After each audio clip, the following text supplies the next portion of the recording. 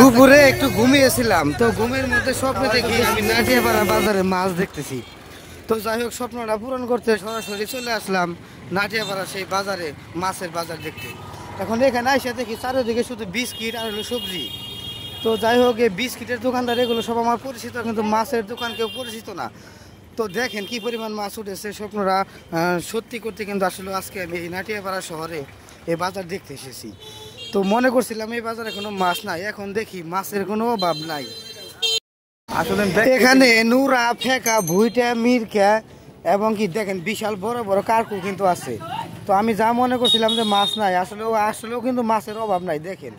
এবং কি দেশি শিঙের ভান্ডার।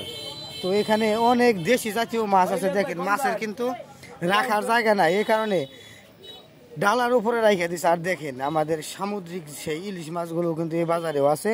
আমি বরাবর এগুলো আপডেট দিয়ে থাকি। এটা হচ্ছে কি মাছ, এটা আমি নাম জানি না। দেখেন এটাও কিন্তু সামুদ্রিক একটি মাছ, সাথে ইলিশ মাছ। অনেক সুন্দর সুন্দর মাছ। এই যে দেখেন দেশি শিং মাছ। তাকে জিজ্ঞেস করলাম ভাই শিং কত করে, বললো 400 টাকা করে। পরে বললাম যে না, তাহলে নেওয়া যাবে না, এখান থেকে চলে যাই। 400 টাকা করে শিং মাছ, অনেক কমই, কিন্তু আমি নিলাম না। দেখেন একদম দেশি কালারের কোনো অভাব নাই, খুব চমৎকার কালার। এত পরিমাণ মাছ এই বাজারে আমি দেখতে পাবো এটা কখনো আশাই করছিলাম না। তো দেখেন কি পরিমাণ শিং মাছ, আপনারা একটু দেখেন, অনেক সুন্দর কালার, তাই না? দেখলেই কিন্তু নেওয়ার ইচ্ছা করবে। দেখেন আবারও এগুলো হচ্ছে অনেক কম দাম মাছ, এগুলো একদমই কম দাম মাছ। 200, 250 এবং কি 100 টাকা কেজি মাছও এখানে আছে। দেখেন এগুলো হচ্ছে সিলভার মাছ। হ্যাঁ, তো মাছের আসলে এই বাজারে কোনো অভাব নাই, প্রচুর পরিমাণে মাছ। আমি তো হতাশ, এত মাছ এই বাজারে কিভাবে উঠলো। আমি মনে করেছিলাম যে সামান্য কিছু মাছ উঠবে। দেখেন এই যে দেশি মাছ কেবলই কিন্তু এগুলো ধরে আনলো। তো যাই হোক, এখন আস্তে আস্তে মাছের বাজার থেকে বের হয়ে যাব, কিন্তু আমার লগের লোকটাকে আমি খুঁজে পেলাম না। তাকে রেখে চলে আসলাম। এই দোকান আমার পরিচিত। দেখেন ইচা মাছ আছে এখানে, চিংড়ি মাছ, একেবারে ভাতের মতো দেখতে। উনি কিন্তু সামুদ্রিক সকল মাছ বিক্রি করে থাকে।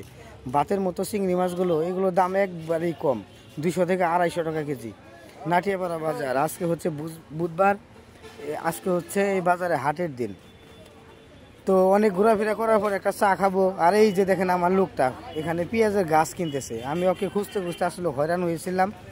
তো যাই হোক, ওকে যখন পেলাম তাহলে যাই চা খেতে যাই, কিন্তু এখানে কোনো চার দোকান খুঁজে পাচ্ছি না। অনেক খোঁজাখুঁজি করতেছি, আশপাশে কোনো চার দোকান নাই। চা খাইতে চাইলে একেবারে স্ট্যান্ডের সামনে যাইতে হবে, মনুমিয়ার চার দোকান। এছাড়া আমাদের সামনে কোনো চার দোকান নাই। তো আমরা এখন আসলে সরাসরি সেখানে চলে যাব।